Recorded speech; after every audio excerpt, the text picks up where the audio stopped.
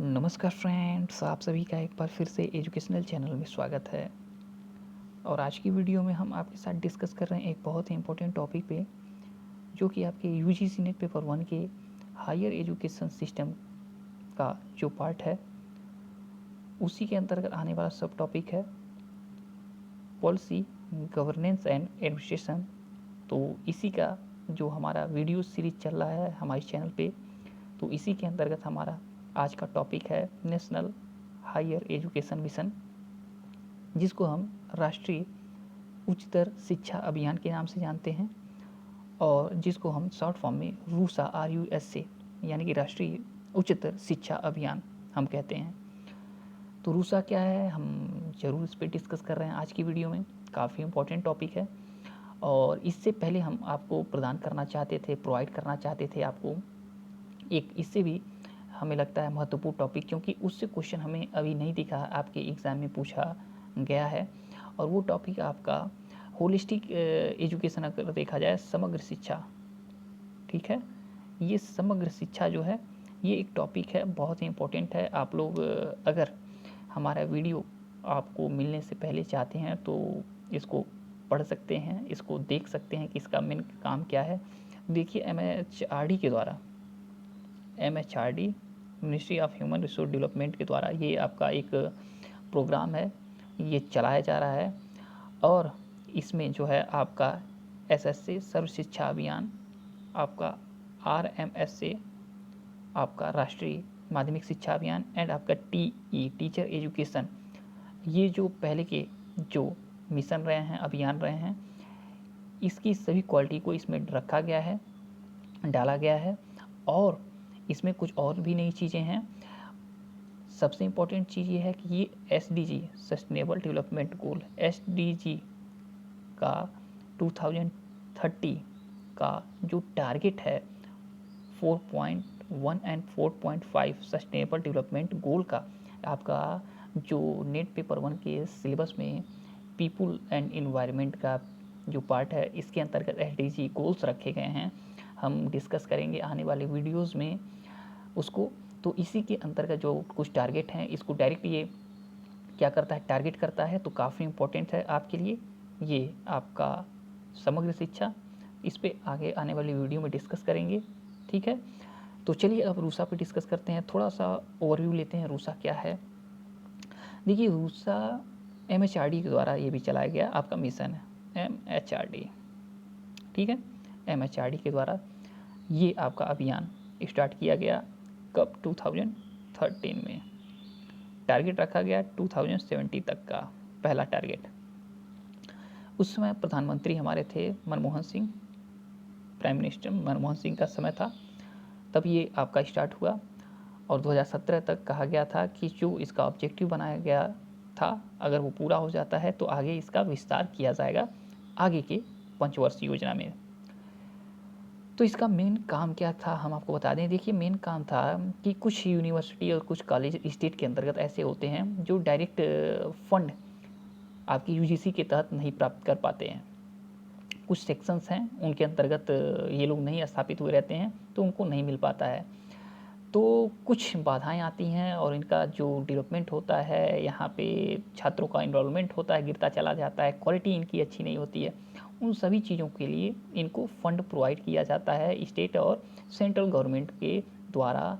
इन सभी यूनिवर्सिटीज़ को fund provide किया जाता है और एक लक्ष्य दिया जाता है कि ये आप अचीव करना चाहिए आपको। और फिर उनको देखा जाता है समय समय पे कि हाँ, क्या जो लक्ष्य बनाया गया था वो अचीव कर रहे हैं कि नहीं।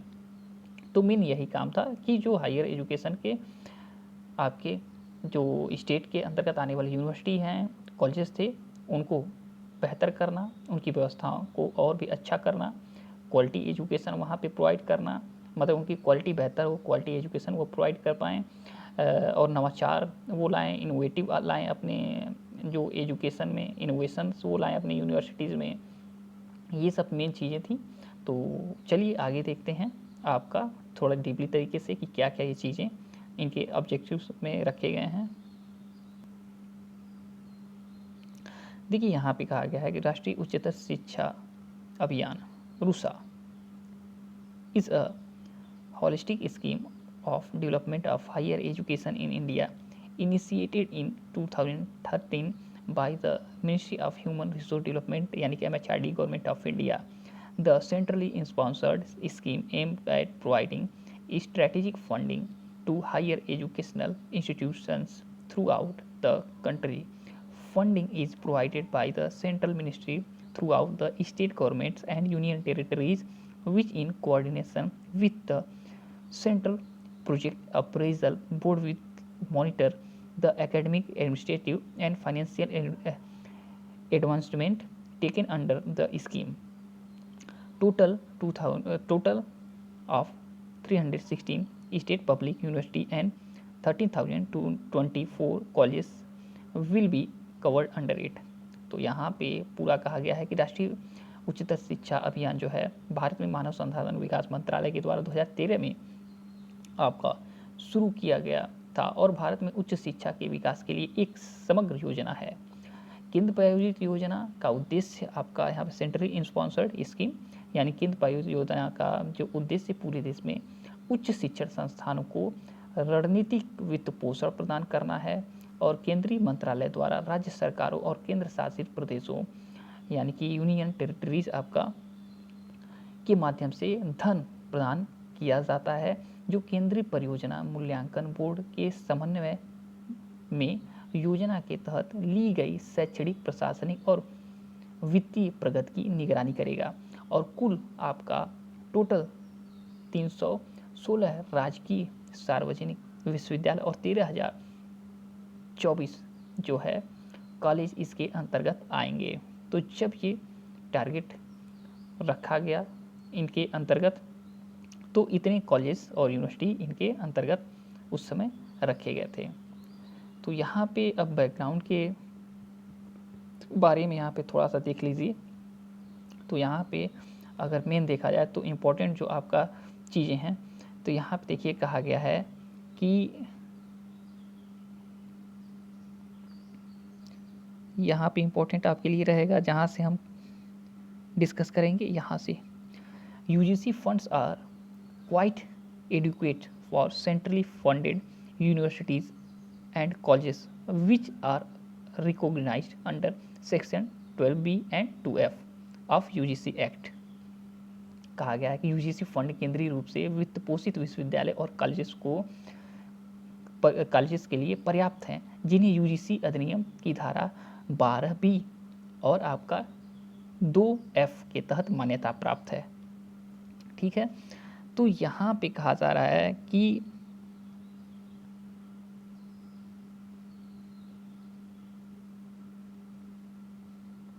यहाँ पे which are limited in their own management.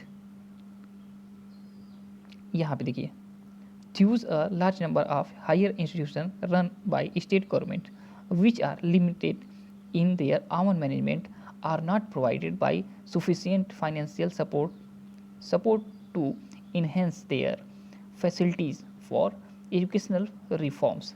Therefore, a separate scheme for state and union territories managed universities and colleges was proposed by the National Development Council NDC as part of the 12th 5-year plan in 2012. The Cabinet Committee on Economic Affairs approved it October 2013. तो यहाँ पे total जो है निकल के ये आ रहा है कि इस प्रकार राज्य सरकारों द्वारा संचालित जो उच्च संस्थानों की बड़ी संख्या जो अपने स्वयं के प्रबंधन में सीमित हैं उन्हें शैक्षिक सुधारों के लिए अपनी सुविधाओं को बढ़ाने के लिए पर्याप्त वित्तीय सहायता प्रदान नहीं की जाती है. यानी कि जो 12B एंड 2F के अंतर्गत जो नहीं स्थापित होते हैं उनको उतनी धन मुहैया नहीं हो पाती है और इसलिए राष्ट्रीय विकास परिषद NDC जो है द्वारा 2012 में 12वीं पंचवर्षीय योजना के तहत राज्य केंद्र शासित प्रदेशों के विश्वविद्यालयों और कॉलेजों के लिए एक अलग योजना प्रस्तावित की गई थी और आर्थिक मामलों की मंत्रिमंडलीय समिति ने अक्टूबर 2013 में इसे क्या की मंजूरी दे दी. तो ये अगर आप थोड़ा सा ध्यान देंगे तो ये बैकग्राउंड था आपका रूसा का. ठीक है. अब चलते हैं हम फटाफट थोड़ा सा आपका डिस्कस कर लेते हैं ऑब्जेक्टिव्स के पहले फंडिंग की प्रोसेस का। तो देखिए फंडिंग का प्रोसेस का जो प्रक्रिया है वो बहुत ही इंपॉर्टेंट है, ध्यान रखिएगा। यहाँ पे फंडिंग क्या है, स्टेट और सेंट्रल दोनों मिक्स होके यहाँ पे जो यूनिवर्सिटीज़ रहेंगी, कॉलेजेस रहेंगे, उनको फंड प्रोवाइड करेंगे उनके बेहतर स्थिति के लिए, क्वालिटी एजुकेशन के लिए, इन्वॉल्वमेंट बढ़ाने के लिए, नवाचार के लिए, ठीक है। तो यहाँ पे जो होगा और इक्विटी के लिए, ताकि सबको शिक्षा मिले, जो कमज़ोर वर्ग के लोग हैं, SC ST हैं, उनको बराबर यहाँ पे शिक्षा मिले। तो इसके लिए फाइनेंशियल जो फंड है प्रोवाइड कराने का ये हुआ कि 60-40 का पहला रखा गया। जो सामान्य स्टेट के यूनिवर्सिटी हैं, जो मतलब सामान्य जनरल कैटेगरी के जो स्टेट के अंदर जो यूनिवर्सिटी आएंगी, वहाँ पे 60-40 का रेशियो रहेगा फंड देने का, यानी 60% मुहैया कराएगी सेंट्रल गवर्नमेंट फंड टोटल और 40% स्टेट गवर्नमेंट, तो हुआ टोटल 100%। और ये पैसे फिर क्या होगा, यूनिवर्सिटीज़ को और कॉलेज को प्रोवाइड किए जाएंगे।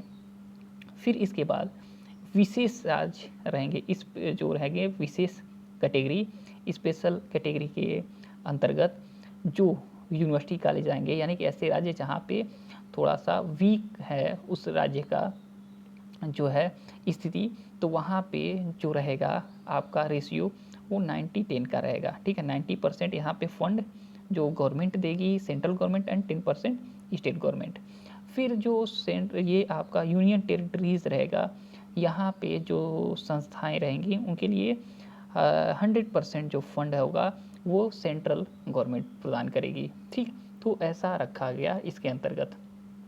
तो यहाँ पे मेन यही चीज़ें आएंगी, टोटल आप पढ़ेंगे तो यहाँ पे वही चीज़ें निकल के आएंगी, ठीक है। तो चलिए अब ऑब्जेक्टिव्स के बारे में जल्दी जल्दी कवर करते हैं। देखिए यहाँ पे रूसा का जो ऑब्जेक्टिव है, देखिए कहा गया RUSA aims to provide equal development to all higher institutions or rectify weaknesses in the higher education system. Its target achievement is to rise to gross enrollment ratio 32% by the end of 12th plan in 2070। यहाँ पे कहा गया है रूसा का जो उद्देश्य सभी उच्च संस्थानों के समान विकास प्रदान करना और उच्च शिक्षा प्रणाली में कमजोरियों को ठीक करना। इसका लक्ष्य उपलब्धि 2017 में 12वीं योजना के अंतर्गत सकल नामांकन के अनुपात को 32% क्या है, बढ़ाना है। और यहाँ पे द मेजर ऑब्जेक्टिव्स आर 2, तो मेन जो आपका प्रमुख उद्देश्य है रूसा का, यहाँ पे देख लेते हैं। देखिए यहाँ पे कहा गया है improve to overall quality of existing state institutions by ensuring that all institution conform to prescribed norms and standards and adopt accreditation as a mandatory quality assurance framework। तो यहाँ पे कहा गया है कि मौजूदा राज्य संस्थानों की समग्र गुणवत्ता में सुधार करके यह सुनिश्चित करना कि सभी संस्थान निर्धारित मापदंडों और मानकों के अनुरूप हों और मान्यता को अनिवार्य गुणवत्ता आश्वासन ढांचे के रूप में अपनाएं। ये पहला ऑब्जेक्टिव था। आगे कहा गया usher transformative reforms in the state higher education system by creating a facilitating institutional structure for planning and monitoring at the state level, promoting autonomy in state universities and improving governance in institutions। कहा गया है कि आपका राज्य स्तर पर योजना और निगरानी के लिए संस्थागत ढांचा तैयार करने, राज्य के विश्वविद्यालय को स्वायत्तता को बढ़ाने और संस्थानों के शासन में सुधार करके राज्य उच्च शिक्षा प्रणाली में परिवर्तनकारी सुधार करना इनका लक्ष्य है। आगे कहा गया ensure academic and examination reforms in the higher educational institutions. यहाँ पे कहा गया उच्च शिक्षण संस्थानों में शैक्षणिक और परीक्षा सुधार सुनिश्चित करना इनका लक्ष्य रहेगा।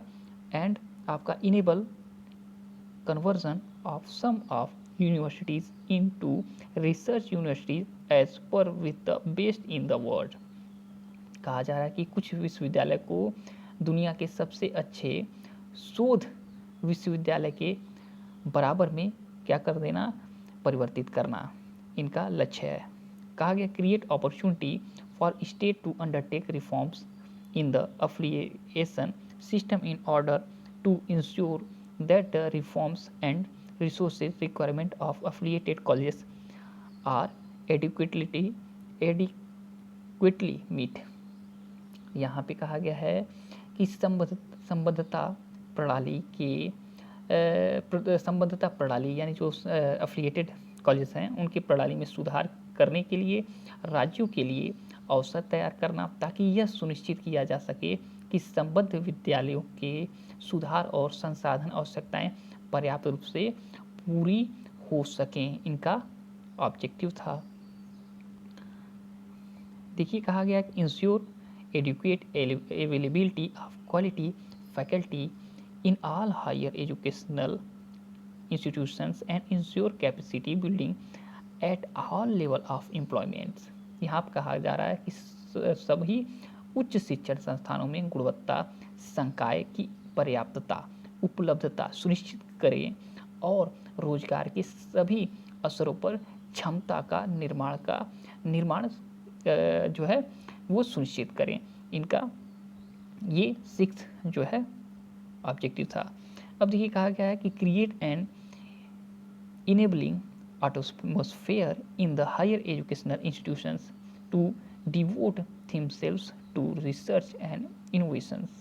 तो यहाँ कहा गया कि खुद को अनुसंधान एवं नवाचारों के लिए समर्पित करने के लिए उच्च शिक्षण संस्थानों में सक्षम माहौल तैयार करना इनके प्रमुख उद्देश्य में ये आपका शामिल रहेगा।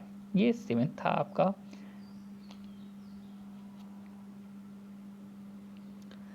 देखिए 8वां जो ऑब्जेक्टिव है इसमें कहा गया है expand the institutional base by creating additional capacity in existing institutions and establishing new institution in order to achieve enrolment target. कहा जा रहा है कि नामांकन लक्ष्यों को प्राप्त करने के लिए मौजूदा संस्थानों में अतिरिक्त क्षमता बनाकर और नए संस्थानों की स्थापना करके संस्थागत आधार का विस्तार करना, जिससे कि इनरोलमेंट बढ़ सके, इनरोलमेंट और जो टारगेट रखा गया है इनरोलमेंट के लिए वो अचीव हो सके। Correct regional imbalance in access to higher education by facilitating access to high quality institution in urban and semi urban area, creating opportunity for students from rural areas to get access a better quality institutions and setting up institutions in unserved and unreserved area।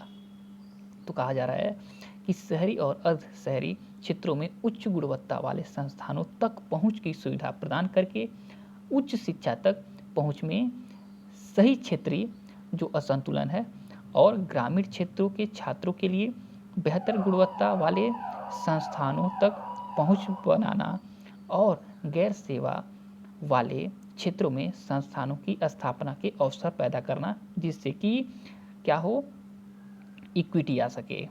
कहा गया है next improve quality in higher education by providing adequate opportunity of higher education to SC, ST and socially and educationally backward classes, promote inclusion of women, minorities and आपका different able persons। तो यहाँ पे SC, ST और सामाजिक और शैक्षणिक रूप से पिछड़े वर्गों को उच्च शिक्षा के पर्याप्त अवसर प्रदान करके उच्च शिक्षा में इक्विटी में सुधार, महिला और अल्पसंख्यकों और अलग अलग विकलांग व्यक्तियों को शामिल करने और बढ़ावा देना, ये यहाँ पे इनका ऑब्जेक्टिव है। तो देखिए यहाँ पे क्या है, यहाँ पे बात किया जा रहा है 8वें में कि बेहतर क्या हो, इनरोलमेंट की व्यवस्थाएं यहाँ पे हो, अगर व्यवस्थाएं जो होंगी, कैपेसिटी बढ़ाई जाएगी तो, और यहाँ पे सेकंड आपकी क्वालिटी जो है एजुकेशन की बेहतर किया जाए, ठीक है। और यहाँ पे कहा जा रहा है कि जो भी बैकवर्ड हैं, SC ST हैं, और जो एजुकेशन रूप से पिछड़े थे वो हैं, ठीक है, वो जो हैं उनको यहाँ पे अवसर दिया जाए, अपॉर्चुनिटी दिया जाए हायर एजुकेशन का, ठीक है। तो यहाँ पे यही सब चीज़ें निकल के आपकी आ रही हैं कि फाइनली यहाँ पे रूसा का मेन उद्देश्य है कि क्वालिटी बढ़ाना, ठीक है, इंस्टीट्यूशंस का, हायर इंस्टीट्यूशंस का, वहाँ पे लोगों को बेहतर क्वालिटी का एजुकेशन प्रोवाइड कराना, इनरोलमेंट बढ़ाना, और नवाचार लाना, और रिसर्च के फील्ड में और भी ऊपर उभर के आना। तो ये सब चीज़ें मुख्य हैं, और इसमें गवर्नमेंट क्या करेगी, हेल्प करेगी उन संस्थानों को, और मॉनिटरिंग भी करेगी, और ये सब लक्ष्य जो हैं प्राप्त होंगे तो आगे 2017 के बाद इनका विस्तार किया जाएगा, इन्होंने इसको कहा था यहाँ पे। तो चलिए आज की वीडियो में इतना ही। इससे जुड़ा हुआ कोई भी आपको इन्फॉर्मेशन लेना हो तो रिप्लाई ज़रूर करिएगा, ज़रूर देंगे आपको हम इंस्टेंट आपको आंसर। तो चलिए, जब तक कि नेक्स्ट वीडियो नहीं लाते हैं तब तक के लिए thanks for watching educational channel, और आपका दिन बहुत बहुत शुभ हो।